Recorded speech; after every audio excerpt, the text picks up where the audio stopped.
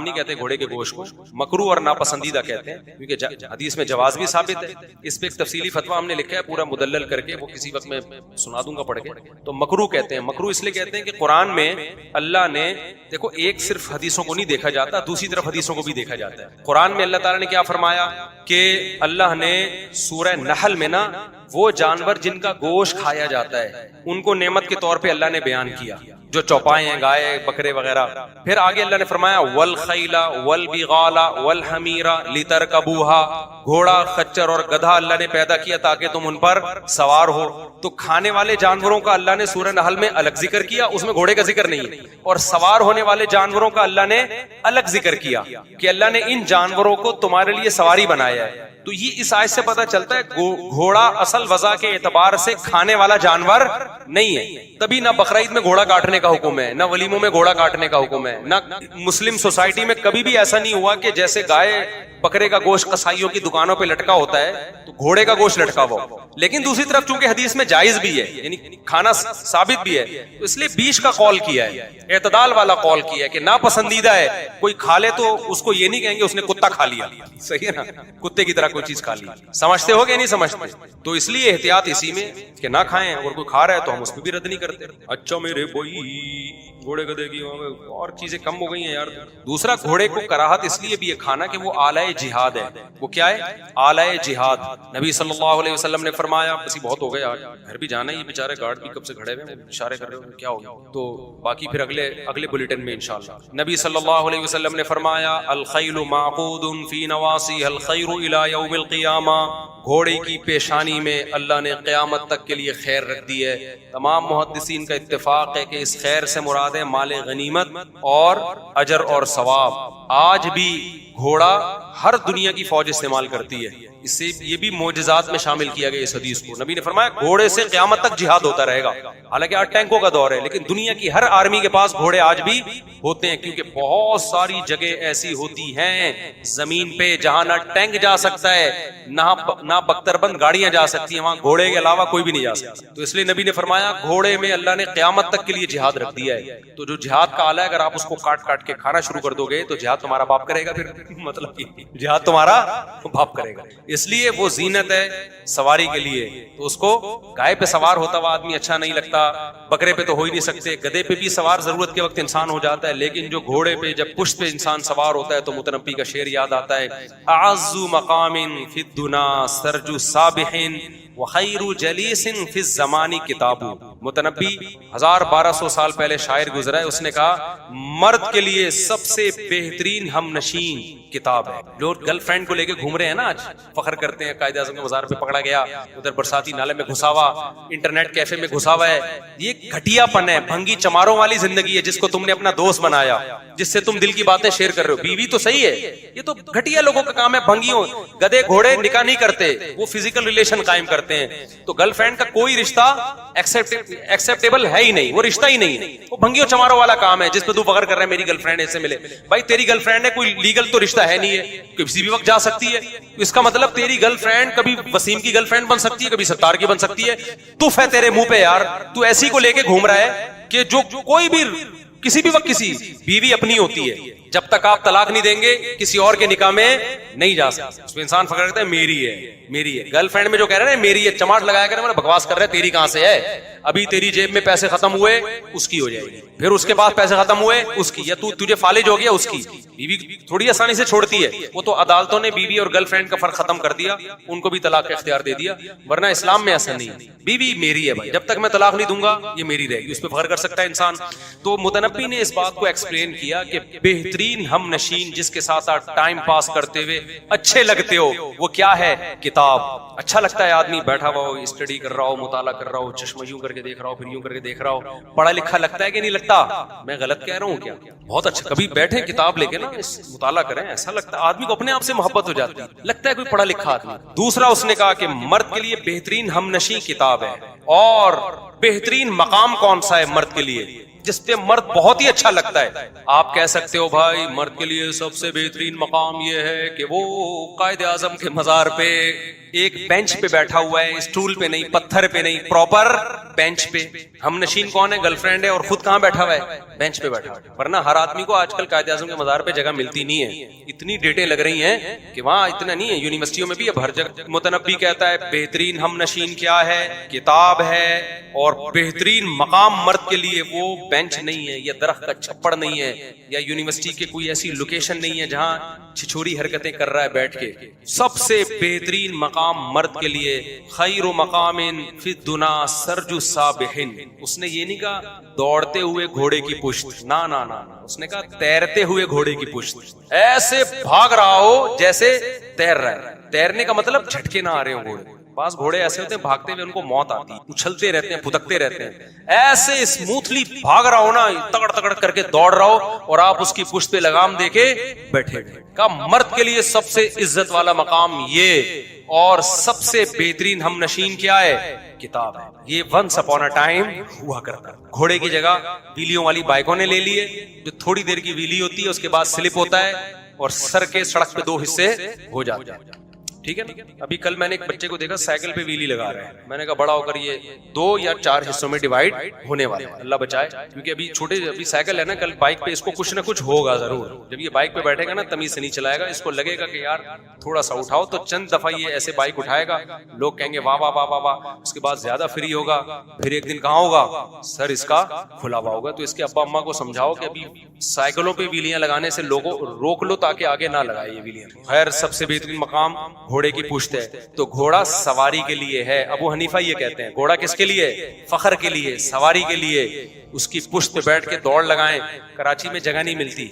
हम गए थे साहिल समंदर पे, हमने घोड़ा किराए पे लिया, थोड़ा सा भगाया उसको, उसने कहा भाई उतर जाओ, ये मर जाएगा घोड़ा। उसने कहा ये क्या हो जाएगा? मर जाएगा, या रहने दो। हमने कहा फिर छोड़ो, हम वैसे ही खुद ही भाग लेंगे। ठीक है, तो जगह नहीं है यहाँ पे, सड़कें ऐसी हैं, रोड ऐसे हैं, घुड़सवारी सीख ही नहीं सकते आप यहाँ पे। लेकिन नबी ने जो फरमाया ना इसमें जिहाद है, तो नबी ने भी इसको खाने का आला करार नहीं दिया।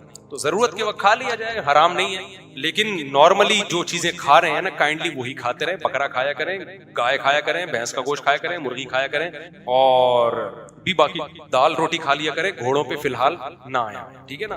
क्योंकि घोड़े से आगे फिर गधा है। एक स्टेप के बाद क्या है? तो मैं हराम होने का फतवा नहीं दे रहा, ये पहले बता दूं। लेकिन इसको शरीयत ने प्रोमोट नहीं किया है, प्रोमोट नहीं किया है। और इस्लामी कल्चर में इसी वजह से इसका रिवाज नहीं है खाने का। इसी वजह से अगर इतना शरीयत ने इसको प्रोमोट किया होता तो रिवाज होता ना खाने का। हमेशा से लोग खाते आ रहे होते, तो नहीं खाते आ रहे। इसलिए कि आला जिहाद है, सवारी का आला है, उस पे बैठे, उसको वैसे भी काटते हुए इंसान को शर्म आती है। ऐसी चीज थी जो बैठ के आप उस पे फखर करते, उसको ही काट के खा गए। तो काइंडली ये काम आप काइंडली ना करें। तमाम दवाएं बच्चों की पहुंच से दूर रखें। जी, इस्लाम में किसी भी हाल में नमाज छोड़ना जायज नहीं, लेकिन आपके गार्ड कम नमाज पढ़ते हैं। ये नमाज पढ़ के आते हैं, मगरिब के बाद ये यहाँ जब जमात होती है उसके बाद पढ़ते हैं। ईशा की नमाज का टाइम तो बहुत होता है, कोई एक गार्ड भी नमाज नहीं छोड़ता है। मुफ्ती साहब, मस्जिद में हंसना और कहके लगाना मना है। आप तो बयान में हंसते हैं, कहके तो नहीं लगाता, हंसता हूँ। हंसना मना नहीं है, अगर कोई जायज बात पे हंसी आए। इस पर मैं बहुत दफा अभी बयान भी पूरा रिकॉर्ड करवा चुका हूँ, और फिर उसी बात को बार बार रिपीट करेंगे, कोई फायदा नहीं है। लाजिम है, लेकिन दाढ़ी अगर हो तो फिर नहीं दो, फिर ऊपर से पानी बहा देना काफी, बस सही है, काफी है तुम्हें। इन पर 14 मुसलमान ममालिक के दरमियान में मौजूद है, पर हम मुसलमान खामोश हैं।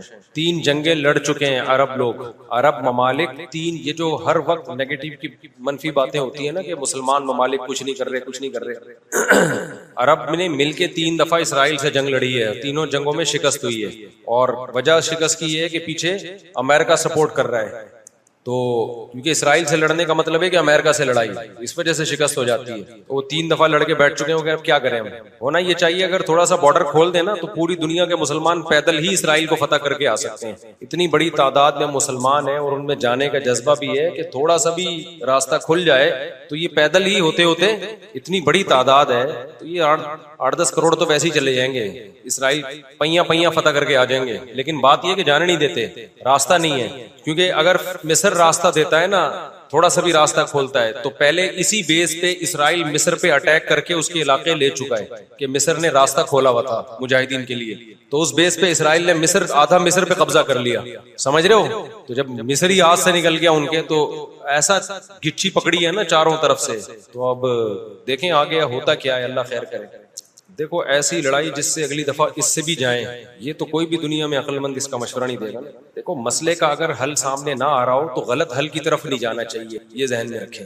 एक आदमी बंदूक लेके आपको कह रहा है जेब में जो कुछ है निकाल दो, आप कहें मैं तो नहीं दूंगा लेकिन मसले का हल बताओ, तो हम कहेंगे अगर तुम्हारी जेब में मिसाइल पड़ा हुआ है तो वो मसले का हल है, अगर वो नहीं है तो मोबाइल पकड़ा दो और पतली गली से निकल लो। तो ऐसा काम करना जिससे लेने के देने पड़ जाएं, वो तो नहीं हल है। तो ऐसे मौके पे दुआ है, और क्या है, बद्दुआएं हैं, दुश्मन के खिलाफ बद्दुआएं हैं। किसी के पास रास्ता है जाने का तो जाए, 100 दफा जाए, अनाउंस करे कि ये रास्ता है, ये यहाँ से निकल आया है रास्ता, तो सब पहुंच जाएंगे। एक चीज उसूली तौर पे याद रखें, जो चीज इख्तियार में है उसमें इंसान कमी ना करे, जो इख्तियार में नहीं है उसके बारे में सोचे नहीं, इससे टेंशन के सिवा कुछ भी हासिल नहीं होता। क्योंकि जब आप ऐसी चीज का सोचना शुरू करते हैं ना जो आपके इख्तियार में नहीं है, तो हमेशा वो काम कर लेते हैं जो जिसका पहले से भी ज्यादा नुकसान होता है, जिसका पहले से ज्यादा नुकसान होता है। मेरी पॉलिसी हमेशा यही रही है हर मामले में, जो अपने इख्तियार में है छोड़ो नहीं, जो इख्तियार में नहीं है पढ़ो नहीं उसमें।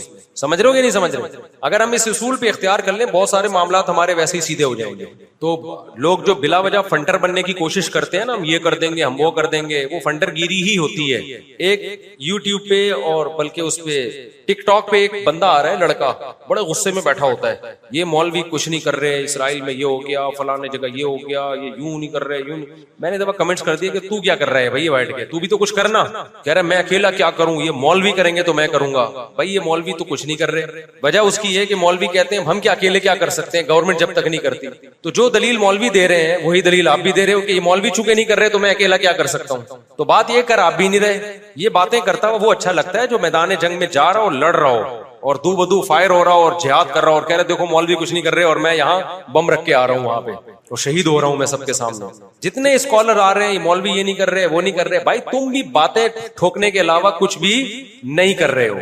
तो मौलवी वो बातें नहीं कर रहे जो तुम कर रहे हो, इसलिए कि उनको पता है बातें करने का फायदा नहीं है। तो काम वो करो जो कर सकते हो। समझते हो कि नहीं समझते? एक खातून ने अपने शौहर से कहा ना कि स्विट्जरलैंड जाने पे कितना खर्चा होगा, मैं सोच रही हूँ कि हम स्विट्जरलैंड चलते हैं, कितना खर्चा होगा? उसने कहा बिल्कुल भी नहीं। उसने कहा क्यों नहीं खर्चा होगा? उसने कहा सोचने पे कोई खर्चा नहीं, सोच ही रही हो ना स्विट्जरलैंड जाने का, तो वो बात करनी चाहिए जो अमली दुनिया में मुमकिन हो। और दूसरी बात ये कि उलमा या जो भी बड़े लेवल पे जो लोग होते हैं वो बहुत कुछ अंदर अंदर कर रहे होते हैं। वो परले दर्जे के बेवकूफ होंगे अगर वो आवाम को बता के करना शुरू कर दें, बड़ी हमाकत की बात होगी। बहुत कुछ अंदर अपर लेवल पे हुकूमतों से राब्तों की कोशिश हो रही होती है, हुकूमतों को समझाया जा रहा होता है, हुक्मरानों को हल दिए जा रहे होते हैं। तो ये नहीं होता कि जो भी कर रहा है ना कि मैं जा रहा हूं आर्मी चीफ से मुलाकात के लिए, इसराइल के मसले पे बात करूंगा, ये मेरा यूट्यूब चैनल है आप लोग देख लें, मैं जा रहा हूं, टाटा, देखो मैं अपनी जिम्मेदारी क्या कर रहा हूं, पूरी कर रहा हूं। इसी तरह आर्मी चीफ कहे लोगों मैं जा रहा हूं इसराइल के मसले पे फला से बात करने के लिए, देखा आर्मी जिंदाबाद। ऐसा नहीं होता। बड़े पैमाने पर जो गेम खेले जा रहे होते हैं वो खुफिया ही होते हैं, वो आवाम को नहीं बताए जाते। तो बहुत कुछ हो रहा होता है। अब सऊदी अरब का बादशाह क्या कुछ कर रहा है हमें नहीं पता, तो हमने ना तारीफ करनी है क्योंकि हो सकता है वो झूठी तारीफ हो, और ना हमने बुराई करनी है क्योंकि हो सकता है वो झूठी बुराई हो। हमने चुप करके बैठना है, अपना जो हम कर सकते हैं वो करें। किसी के खिलाफ ये कुछ नहीं कर रहे, वो कुछ नहीं कर रहे, ये यूं नहीं कर रहा, वो यूं नहीं कर रहा, तो भाई तू क्या कर रहा है? तू भी तो यही कर रहा है कि वो कुछ नहीं कर रहा तो ये कुछ नहीं कर रहा, तो वो कुछ नहीं कर रहा, और ये तो तू भी तो यही कर रहा है, तो इससे बेहतर है कि तू भी कुछ ना करता। क्या ख्याल है? तो इसलिए ये अंदर बहुत कुछ। अब देखो जब भी हमारे यहाँ असेंबली में लॉ पास हुआ है ना, वो हुआ ही नहीं है। वजह उसकी है कि जब हमारे यहाँ असेंबली में बास बड़े अच्छे कवानीन पास हुए हैं इस्लाम के फेवर में, कौम के फेवर में, वो सारे कवानीन वो हैं जो छप्पड़ में हो गए। उलमा की एक जमात मिली, वजीर आजम से मिली, असेंबली में मौजूदा लोगों से अलग अलग मुलाकातें की, उसको मीडिया पे नहीं लाए और आराम से जाके उस लॉ को पास करवा के मुल्क का कानून का हिस्सा बना। लेकिन वो कानून, वो तहरीकें जो मीडिया पे आ गई, धरने, ये पास करो, यूं करो, हम ये कर देंगे, हम यूं कर देंगे, वो कभी भी नहीं पास हुए। वजह उसकी है कि मुखालिफिन भी उसी स्टाइल से आ जाते हैं। अब ये जो बिल पास हुआ था सहाबा किराम की, जो गुस्ताखी करेगा 10 साल की कैद है, हैं। ये पूरा काम होने से पहले मीडिया पे लाना ही नहीं चाहिए था इसको। अभी सेनेट से बिल पास हुआ है और एकदम शोर शराबा, मुबारकबाद है। मेरे पास भी फोन आया कि मुसाब मुझे क्या पता, पूरा मैं समझा पूरा काम हो गया। हमने भी कहा मुबारक हो भाई माशाल्लाह। पता चला वो पास ही नहीं हुआ वो, क्योंकि मुखालिफिन इतने मुतहर्रिक हो गए। अरे जब आधा काम हुआ था, आधा हुआ ही नहीं था, तो छप्पड़ में जाके चुपके से उस आधे को भी करवा लेते यार। पूरा काम तो हो जाता, उसके बाद मिठाइयां बंटती। फिर भी मिठाइयां बांटने की जरूरत नहीं थी। क्यों दुश्मन को आप जोश दिला रहे हो? चुपके से एक काम होता, आराम से होके खत्म हो जाता। लेकिन चूंकि मंजन बिकता नहीं है आमतौर पर, लोग कहेंगे ये मौलवी कुछ भी नहीं कर रहे। तो लोगों की नफ्सियात लोगों को पता है, लोगों को पता है यहाँ शोर शराबे पे ज्यादा वोट मिलते हैं, काम पे कोई भी लिफ्ट बोलो नहीं करा। हमें याद है जामिया रशीद ने एक दफा कोशिश की कि लॉ पास हो जाए कि हराम ना पाकिस्तान से एक्सपोर्ट होगा ना इंपोर्ट होगा, हराम गोश्त। अब जामिया की इंतजामिया ने छप्पड़ में चुपके से जाके ना अंदर अंदर जाके वो असेंबलियों में लोगों से मिले और पास हो गया कानून। लॉ बन गया कि पाकिस्तान से ना हराम गोश्त एक्सपोर्ट होगा ना इंपोर्ट। बाद सियासी जमातों ने जो जिनमें जरा भी उनका हिस्सा नहीं था इस कानून को पास करवाने में, जिनके पहले बड़ी रिक्वेस्टें की जा रही थी यार कुछ, उन्होंने कुछ भी नहीं, लेकिन उन्होंने जुलूस निकाला। बहुत पुरानी बात है, आपको पता ही चलेगा कि सियासी जमात की बात हो रही है कि जी हमारा लीडर जिंदाबाद और देखो ये कानून क्या कर दिया उसने, हालांकि कख भी नहीं किया था उसने। ठीक है, लेकिन ले गया वो, ले गया भाई, वो फेवर ले गया सब। अब जो पास करवाने वाले लोग थे जिन्होंने मेहनतें की वो हैरान हो रहे थे यार, किया तो कुछ भी नहीं है, फेवर सारा किसको चला गया? इनको। तो यहां आपके लिए पाकिस्तान में ये फैसला करना कि कौन सही है कौन गलत है, किसी का बाप 100 दफा पैदा हो के मर के पैदा हो जाए, ये फैसला कर ही नहीं। यहां अच्छा वो है शोर ज्यादा मचा रहा हो, बुरा वो है जो चुप करके खामोशी से काम कर रहा हो, वो बुरा है। वो ऐसा है कि कुछ भी नहीं कर रहा, हालांकि वो बहुत कुछ कर रहा होता है। तो ये आखिरत में ही पता चलेगा भाई कौन क्या कर रहा है। तो ये फेसबुक पे ना आप देखो, इंस्टाग्राम और टिकटॉक पे हर थोड़ी देर में कोई वीडियो आ रही है, मौलवी कुछ नहीं कर रहे, ये कुछ नहीं कर रहा। तो मैं नहीं कह रहा कि मौलवी बहुत कुछ कर रहे हैं या कुछ नहीं कर रहे, लेकिन आप उसको बोला करो तू भी बातें ही फेंक रहा है। फेंकने का लफ्ज मैं एहतियातन अच्छा इस्तेमाल कर रहा हूँ, आप कुछ और लफ्ज उसमें ऐड कर देना। कुछ एक दफा 8-9 साल पुरानी बात है, एक यंग लड़का मेरे पास आया और कहता है मैं एक इंस्टीट्यूट बना रहा हूँ, उसमें ये करूंगा वो करूंगा, ऐसे वैसे काम और यूं होगा, फिर उसमें नौजवानों की ट्रेनिंग होगी, फिर उनको हम इस काबिल बनाएंगे, उनमें एफर्ट्स पैदा करेंगे और ऐसा इदारा, मुफ्ती साहब आप मेरे साथ शाना बशाना चलो और ऐलान करो अपने चैनल पे। उस वक्त मेरी ऑडियो आया करती थी, ऑडियो बयान, बड़े जोश में। जो उसको लाने वाला था उसने भी कहा बड़ा जबरदस्त आदमी है ये वो। मैंने कहा भाईजान मुझे क्या पता तू क्या करेगा, खाम खाम में मशहूर हो जाएगा। मेरा दिल में, मैंने कहा उसको जबान से नहीं कहा, मैंने कहा दिल में पता नहीं कुछ करेगा भी नहीं करेगा, मैं इसको अनाउंस करके मशहूर कर दूं, बाद में पता चला चंदे ले लेके भाग गया लोगों से। तो मैंने कहा यार आपका जज्बा, वाह सुभान अल्लाह, बहुत जबरदस्त जज्बा है, आप काम शुरू कर दो बगैर अनाउंसमेंट। जब मैं देखूंगा ना आप इतना काम कर रहे हो और जो आपने दावे किए थे उन पे पूरे उतर रहे हो, आपके कहे बगैर मैं आपको सपोर्ट करूंगा, फिर आपको मेरे पास आने की जरूरत नहीं होगी। मैं कहे बगैर 10 साल हो गए अब तक कख भी नहीं हुआ, और फिर पता चला वो बंदा चंदाखोर भी निकला और पता नहीं क्या क्या निकला है वो। तो बड़ी बड़ी फिल्में पाकिस्तान में पड़ी हुई। पत्थर बोलेगा क्या क्या मतलब है? कह रहे हैं ये जो हदीस में आता है कि कुर्बे क़यामत में यहूदी पत्थर के पीछे छुपेगा तो पत्थर बोलेगा कि ये मेरे पीछे यहूदी है, फ़क़्तुलहु या मुस्लिम हादा यहूदियुन वराई फ़क़्तुलहु, इसको कत्ल कर दो। तो पत्थर बोलेगा का क्या मतलब है? पत्थर बोलेगा मतलब पत्थर बोलेगा, पत्थर का बाप भी बोलेगा, आवाज आएगी, मोजज़ा होगा, तो एक लड़ाई होगी। लेकिन खूब समझ लो, नबी सल्लल्लाहु अलैहि वसल्लम ने जो भी पेशगोइयां की है ना कुर्बे क़यामत की, उन पेशगोइयों को मुहद्दिसीन फ़िक़ह के अबवाब में जिक्र नहीं करते, किताबुल अहकाम में जिक्र नहीं करते, उनको किताबुल फितन में या किताबुस अलामात साअह में जिक्र करते हैं। अहकाम का मतलब क्या है? ये करो ये नहीं करो, ये हलाल है ये हराम है। तो जो ऑर्डर की हदीसें हैं ना उनमें जिक्र नहीं करते, ये बताने के लिए कि ये अलामतें जब पूरा होने का टाइम आएगा खुद ही होंगी। हमने इन अहादीस को देख के खुद से कोई काम नहीं करना है, हमने वो करना है जो अभी ग्राउंड रियलिटी हमें करने का कह रही है। नहीं यही बात समझ में? आपने सुन लिया कि हजरत ईसा अलैहिस्सलाम कुर्बे क़यामत में नाजिल होंगे, 100% हमें यकीन नाजिल होंगे। हजरत महदी आएंगे, 100% हमें यकीन है हजरत महदी आएंगे। हमें पता चला जी शाम में हजरत ईसा अलैहिस्सलाम नाजिल होंगे, हमने कहा होंगे नाजिल, यकीनन हमारा अकीदा है। आपने कहा चूंकि शाम में नाजिल होंगे तो चलो शाम चलते हैं, और उस मस्जिद में जाके आप बैठ गए और ऐलान जिहाद कर दिया कि अब मैं यहाँ से क़िताल शुरू करता हूँ, ईसा अलैहिस्सलाम तो आएंगे और मेरी मदद करेंगे। पता चला आपने लड़ाई शुरू की और आपकी ऐसी की तैसी हो गई और ईसा अलैहिस्सलाम आए नहीं। आप क़यामत में अल्लाह से पूछोगे, ए अल्लाह, हदीस में तो कहा गया था कि शाम में ईसा अलैहिस्सलाम नाजिल होंगे, मैंने तो जंग भी शुरू कर दी, सब कुछ हो गया, लेकिन नाजिल नहीं हुए। तो अल्लाह जवाब में क्या कहेंगे? मैंने ये थोड़ी कहा था कि जब तू जंग शुरू करेगा तो तेरी मदद के लिए आएंगे। ये मैंने कहा था आएंगे, मैंने ये टाइम थोड़ी बताया था। तुम जो अपना काम है वो करो, जब उन्होंने आना होगा तो वो आ जाएंगे। तुम ग्राउंड रियलिटी को देख के टाइम गुजारो। जब हजरत मेहदी ने आना होगा तो आएंगे। अब हर थोड़े दिनों में हजरत मेहदी की उम्मीद पे कोई तहरीक उठती है। सऊदी अरब में जो 1979 में बगावत हुई थी, जनरल मुशर्रफ की क़यादत में आर्मी ने जाके कंट्रोल किया था ना, वो बगावत क्या हुई थी? वो यही कि लोगों ने कहा इमाम मेहदी आने वाले हैं, तो एक बंदे को तैयार किया, कुल तेरा हुलिया वो है जो इमाम मेहदी वाले, तेरा नाम भी वो, तेरे अब्बा का नाम भी वो, और उसको तैयार करके बगावत पे उकसाया और कहा कि बस इनकलाब आने वाला है, इमाम मेहदी आने वाले हैं, और यही आ गए। नतीजा निकला, सऊदी अरब ने पाकिस्तान आर्मी को बुलाया, चारों तरफ से घेर के सबको लटका दिया पकड़ के। तो अब वो अल्लाह से क़यामत के दिन कहे कि अल्लाह, इमाम मेहदी तो आने वाले थे। अल्लाह कहेंगे मैंने कब कहा कि अभी आने वाले थे? ठीक है ना? तुम्हें जमीनी है, एक मजबूत रियासत है, एक हुकूमत है, पुरअमन हुकूमत है, आप बैतुल्लाह में उसके खिलाफ बगावत कर रहे हो यार, जहां खून बहाना मना है। अहकाम की हदीसें जब फुकहा बयान करेंगे ना, उसमें अलामात सात नहीं होती। अहकाम की हदीसों में फुकहा क्या बयान करते हैं? अहकाम का मतलब जो ऑर्डर से मुताल्लिक, उनमें मुस्लिम की हदीस होगी, बुखारी की हदीस होगी, इस्माउ व अतीउ वलौ सुल्लिता अलैकुम रजुलुन हबशियुन कअन्ना रअसहु ज़बीबा, सुनो और इताअत करो, तुम पर हबशी गुलाम भी मुसल्लत हो जाए।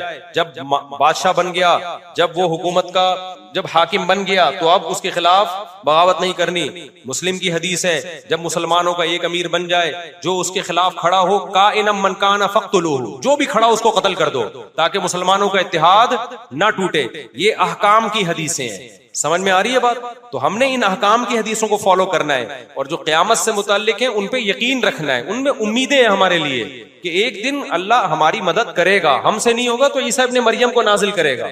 और ईसा इब्ने मरियम तो वो जात हैं जिनका यहूदी भी इंतजार कर रहे हैं, ईसाई भी और मुसलमान भी। यहूदी उनको कहते हैं मसीह दज्जाल, माज़ अल्लाह, वो कहते हैं हमारी मदद की, जो यानी उनको ईसा तो नहीं मानते वो, लेकिन वो सारी अलामतें फिक्स कर देते हैं किस पे? क्योंकि उनकी किताबों में भी है ना।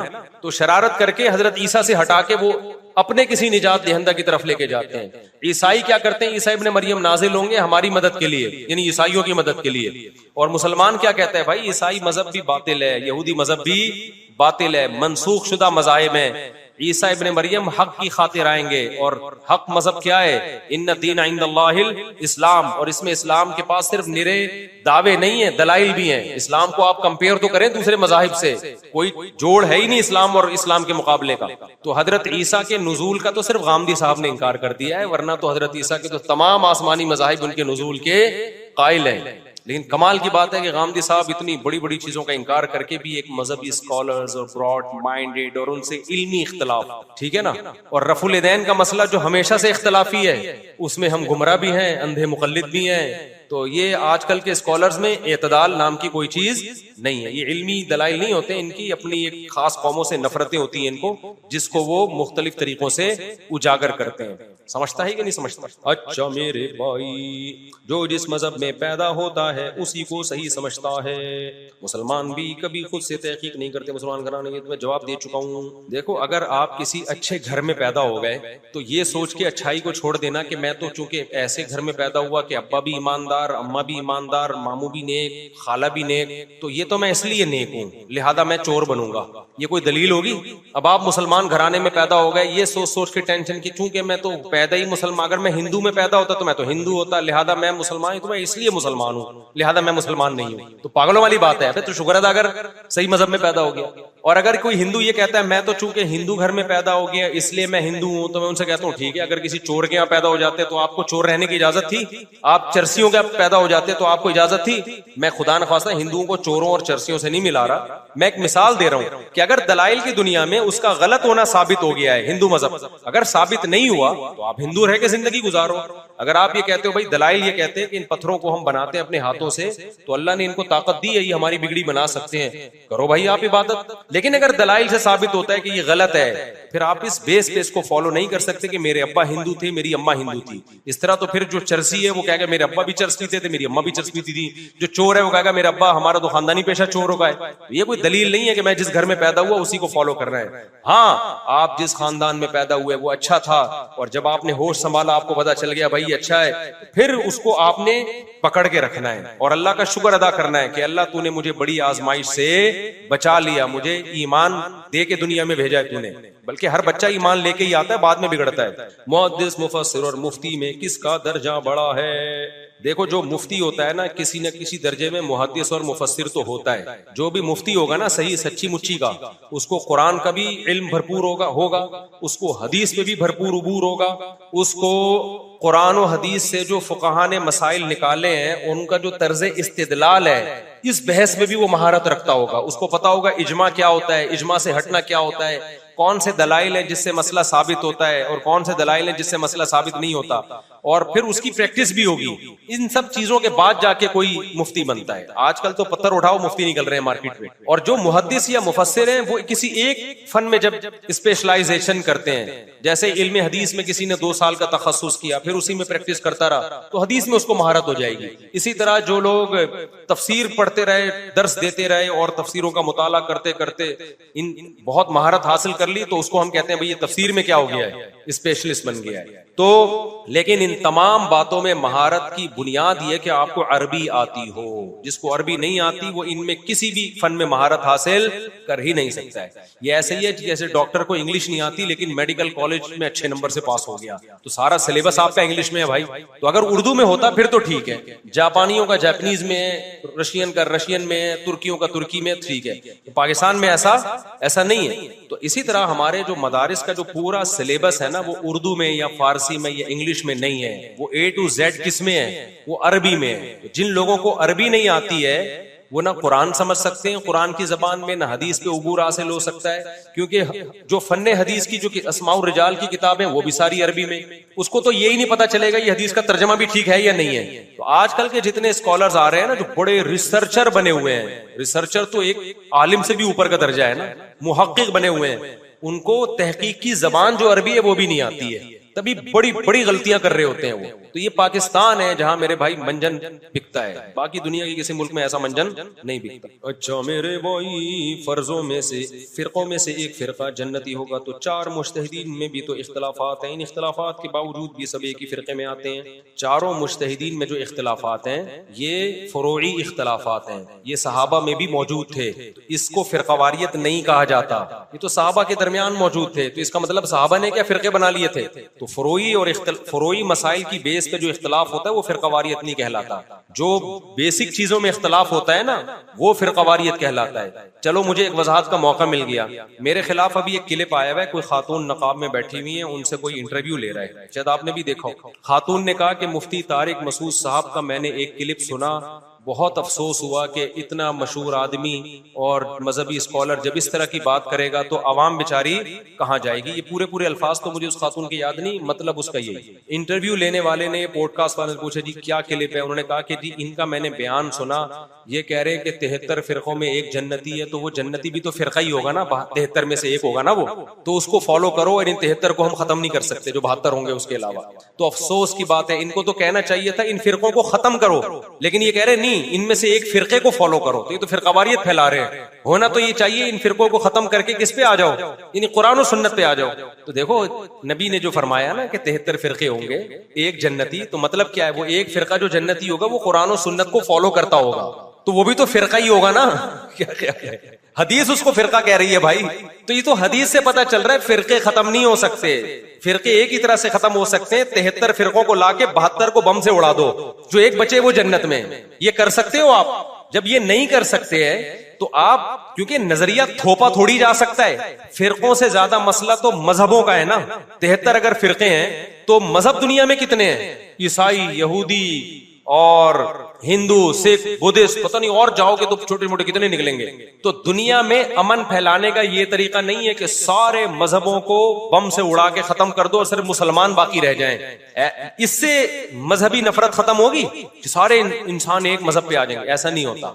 होगा ये ला इकराह फिद्दीन, अल्लाह ने कहा दीन में कोई जबरदस्ती नहीं है भाई, ये इस्लाम है, ये कुफर है, जिसने इधर आना इधर आ जाए, उधर जाना है उठे चला जाए, लेकिन लड़ो नहीं आपस में, नफरतें नहीं फैलाओ। यही इसी से खत्म होगी ना मजहबी नफरत। क्या ख्याल है? तभी मुसलमानों ने जहां भी दुनिया में हुकूमत की, हिंदुओं के मंदिर भी थे, सिखों के भी वो गुरुद्वारा कहते हैं, सिखों के भी थे, ईसाइयों के भी चर्च थे, सब जा रहे थे। इस्लाम वाजे था, भाई ये इस्लाम है, जिसने उधर जाना उधर जाए, खत्म। तो इसी तरह फिरकावारियत जो खत्म होगी ना, वो इस तरह नहीं होगी कि ये वाला फिरका जहन्नम में जाएगा, ये वाला जहन्नम में जाएगा, इसकी नमाज गलत, उसकी नमाज गलत, उसकी नमाज गलत, उसकी नमाज गलत। ये तरीकों से जैसे मैं कहना शुरू कर दूं हिंदू गलत, ईसाई गलत, सिख गलत, और हर बयान में ये करता रहूं, हो सकता है कोई हिंदू यहाँ आके बम रख के चला जाए। ठीक, एक दिन होगा, 2-4 दफा तो चलता है, 6-8 दफा होगा, बोलेगा भाई तू क्या कर रहा है भाई, तू इस्लाम को एक्सपोज कर, बता तौहीद क्या है, हमें नाम ले लेके क्यों कर रहा है ऐसे। तो इसी तरह जो इस्लाम में 73 फिरके वो तो होंगे, वो तो नबी ने कह दिया, वो खत्म थोड़ी हो सकते हैं। अभी पूरे 73 हुए नहीं है, लेकिन अभी रिपोर्ट ये कि होने वाले हैं, और सारे पाकिस्तान में पूरे होंगे, जाने की जरूरत ही नहीं रहेगी। लेकिन उसमें एक तरीका फिरकावारियत को खत्म करने का ये है कि आप बोले बरेलवी ऐसे, अहले हदीस ऐसे, शिया ऐसे, फलाना ऐसे, डिमकाने ऐसे, उसके बुजुर्ग की किताब में ये लिखा हुआ वो दायरे इस्लाम से खारिज नहीं है, लेकिन किताब में लिखा हुआ काफिर वाला जुमला ही है, तो खारिज ही कर दो भाई तुम। क्या ख्याल है, इस तकल्लुफ की आपको जरूरत क्या है? बाज लोग कहते हैं हम किसी को काफिर नहीं कहते, तो आपको ये तकल्लुफ की जरूरत क्या है? जब आपने उसकी इबारतों से निकाल के कादियानियों से भी बदतर बना दिया उसको, तो अब ये तकल्लुफ के वो काफिर नहीं है। तो इसकी ये ऐसी मीठी छुरी है ना, ये ऐसे जैसे मैं बोलूं कि ये आपको मिसाल दे रहा हूं, आप हो नहीं ऐसे, ये मेरे पास आए, मैं कहूं ये वीडियो कैमरे में देखो ये चोरी कर रहा है, अब ये क्या यार, ये तो किसी को नहीं पता था भाई, ये तो मुझे पता था मुफ्ती साहब, आपने क्या किया, ये देखो ये चोरी, ये देखो ये देखो ये। लेकिन भाई ये मेरा, मैं किसी से, मैं नमाज सबके पीछे पढ़ता हूँ, और मुसल्ले में इसको ले आया, तू यहाँ नमाज पढ़ा, मैं तेरे पीछे नमाज पढ़ूंगा। आप बोलोगे यार इस तकल्लुफ की, गंदा मुझे इतना कर दिया, किसी काम का नहीं छोड़ा। और ये तो मैं सही इल्जाम अगर लगा रहा हूं ना, और हकीकत ये कि इल्जाम भी सही ना हो, सियाको सबाक से हटकर इल्जाम हो, वो इल्जाम भी गलत हो, चाहे किसी पे भी लग रहा हो, सियाको सबाक से हट के इबारत पेश की जा रही हो, तो फिर कितनी नफरत फैलेगी, फिर तो ऐसी जो है वो दिलों में चिंगारियां पैदा होंगी, इससे फिरके खत्म नहीं होंगे, इससे तो और बढ़ेंगे, बहुत ज्यादा एक्सट्रीम लेवल पे लोग मारधाड़ में, लड़ाइयों में जाएंगे। उसका तरीका ये होता है कि आप बता दें हमारी राय में कुरान और सुन्नत के मुताबिक ये बात ठीक है, जिसने फॉलो करना होगा कर लेगा, नहीं करना होगा नहीं करेगा। और अगर आपको किसी से इख्तलाफ है तो आप बता दें भाई उनकी ये राय है, लेकिन हमारी राय में ये कौल ठीक नहीं है, इसके ये दलाइल बता दें, जिसने आना होगा आ जाएगा, नहीं आना होगा नहीं आएगा। और ये हमेशा से होता आ रहा है, आइमा अरबा में ऐसा ही हुआ है, इनमें इसी तरह हुआ है, तभी इनकी किताबें लिखी गई, किसी ने उसको फॉलो किया, किसी ने उसको फॉलो किया।